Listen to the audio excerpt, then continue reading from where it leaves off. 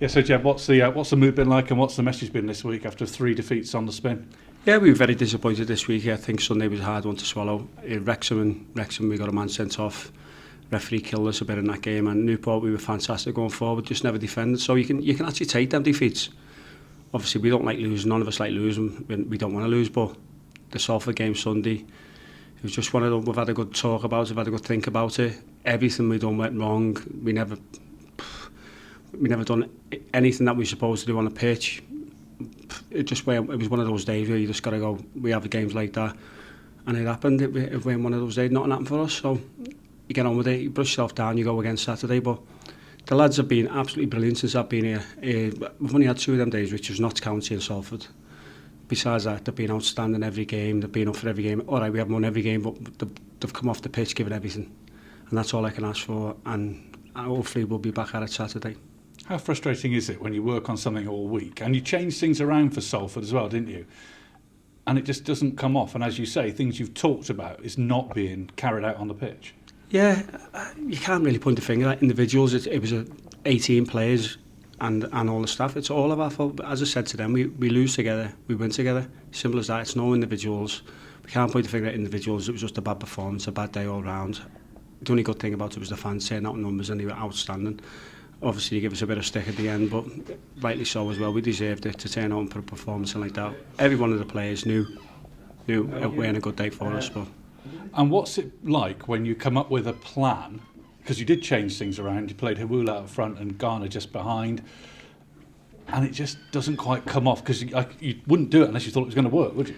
Well, we done that against Newport when it was 3-2 down, and it worked a treat for us. Joe Adams was breaking out left, and Geordie was great up front. Jed was filling in behind him, and it worked a treat. And I thought maybe that'll be okay against Salford on a bad pitch where we can turn them and squeeze them in. But as I said, nothing worked for us that day, and it was just a bad day at the office. Because you did go longer, didn't you? Was that to do with the pitch? We had to go longer. People go on about, obviously it was the same for them, but it's not the same for them. They play in that every single week. They know how to play against it. They just turn teams, and they're very, very direct. So it's not the same for them at all, because we play in a good pitch and we're a passing team. We tried to change our game a little bit because of the pitch, and it never worked. But we played against Walsall. Well, we had a game against Walsall a few weeks before, and the game got called off. It was 10 times better than that pitch against Salford, so I just don't know how they can play on that pitch. But you have to adapt, don't you? A successful team has to adapt. Of course you do. You can't I'm not making excuses. We got beat by the better team on the day, and we just never adapted to the situations. But if it ever happens again, I'm sure we'll be a lot better than we was. What's your approach then when the game plan's not being executed like you want it to be? Is it the sort of Fergie hairdryer treatment, or is it just sort of gentle persuasion? What's the Ged Brannan approach when things aren't going well? I can be nasty when I need to be, don't get me wrong, but sometimes you can't be nasty to lads because they've given everything. Sunday was totally different. Sunday's one that we're not used to. We've never done that before. We've never turned nobody. We've had 8 or 9 players not at it, and I thought about it. They've not done it on purpose. They've done it. They want to win. They want to win for the fans. They want to win for the club. They want to get in the playoffs, like all the staff do. It's just a bad day, and you just have to put it behind you now. Take what you can out of the game and put it behind you. So you give them quite a hard time on the day, and then reflect on things, and a bit more sort of gentle during the week. Is that how it goes? Well, normally you shouldn't really. You shouldn't say things after the game, because you say things at the heat of the moment. So you should really wait till maybe the Monday, the Tuesday. But we had a few words at half time. We had a few words at full time. And then we did a video analysis on the Monday and Tuesday, and we went through it at a calm, reasonable manner. How do you get the balance right between feeding back on how things have gone wrong but maintaining positivity when you're still in the hunt for a playoff spot? Because you go through the good things that you've done as well in the past, not just all the negative, all the bad things, the negative things. You go through the positive things as well, and you show them how good they are, and you show them in training what we've done in the past, how we've won games.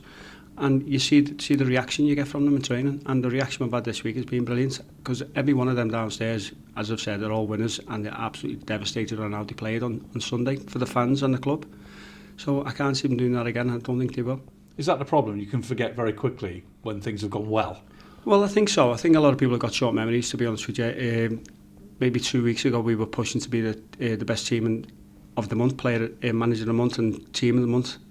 And then 3 games later, everyone's screaming, saying, "Oh, we're not a good team." But we are. You've got to think of what we're going through, what we've been through, who we've got, the injuries we've got, everything. You've got to think of all that together. And we're still in the hunt for the playoffs. So we'll keep going till the very end, and we'll try our best. Those injured players, how much are you missing them?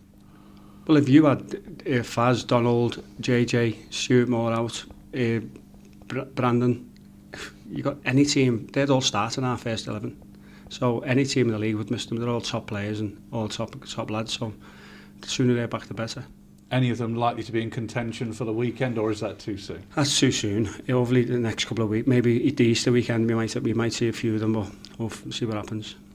What sort of challenge will Gillingham bring? They're one of that little pack of teams, aren't they, all vying for the playoff spot? They'll be fine for their lives. They're really good set pieces at both ends, so we're going to have to watch that. We're going to be at the top of our game to get anything from the game, and we know we're going to be in for a fight, and if we're not up for it, we'll get beat. But if we go into it the way we can play, the way we have been playing at home, we'll be okay. And there's no temptation to sort of experiment again, is there? Because like you say, you're back at home on this pitch. Is it more like how you want to play? We'll see. We don't want to give Gillingham too much. We'll see. It might be a few little tweaks. We'll see what happens. So, just a few games left now. Is it the case that more than ever, wins are what matter? Points aren't much help?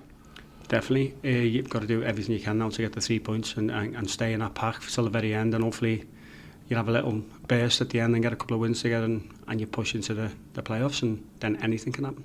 And this run of games up to Easter and over Easter are absolutely key, aren't they? It's Gillingham, it's Accrington and then Barrow at home. Will define probably how the rest of the season's going to go. I'd say so. I'd say after the Barrow game, you know whether you're going to be in the playoffs or not. If you've had a good run, you will be in there, because everyone's playing each other as well in that little pack that you're talking about. So it's going to be a really, really important stage of the season, and it's how much we want it now. And how much do you want it? You wouldn't believe. Every one of us down there want the same thing. We all want to go to the very end of the season and get in that playoffs, and then hopefully get a trip to Wembley. And it's a matter of a couple of wins, isn't it? It's like it's been all season, really. 6 points changes everything. Definitely. We've always said, even in the middle of the season, that if you put 3 wins together in this league, you push right up the table, and it doesn't change now. If we put 3 wins together, we'll be right up in the playoff spots. Get money for your old phone, MazoomaMobile.com.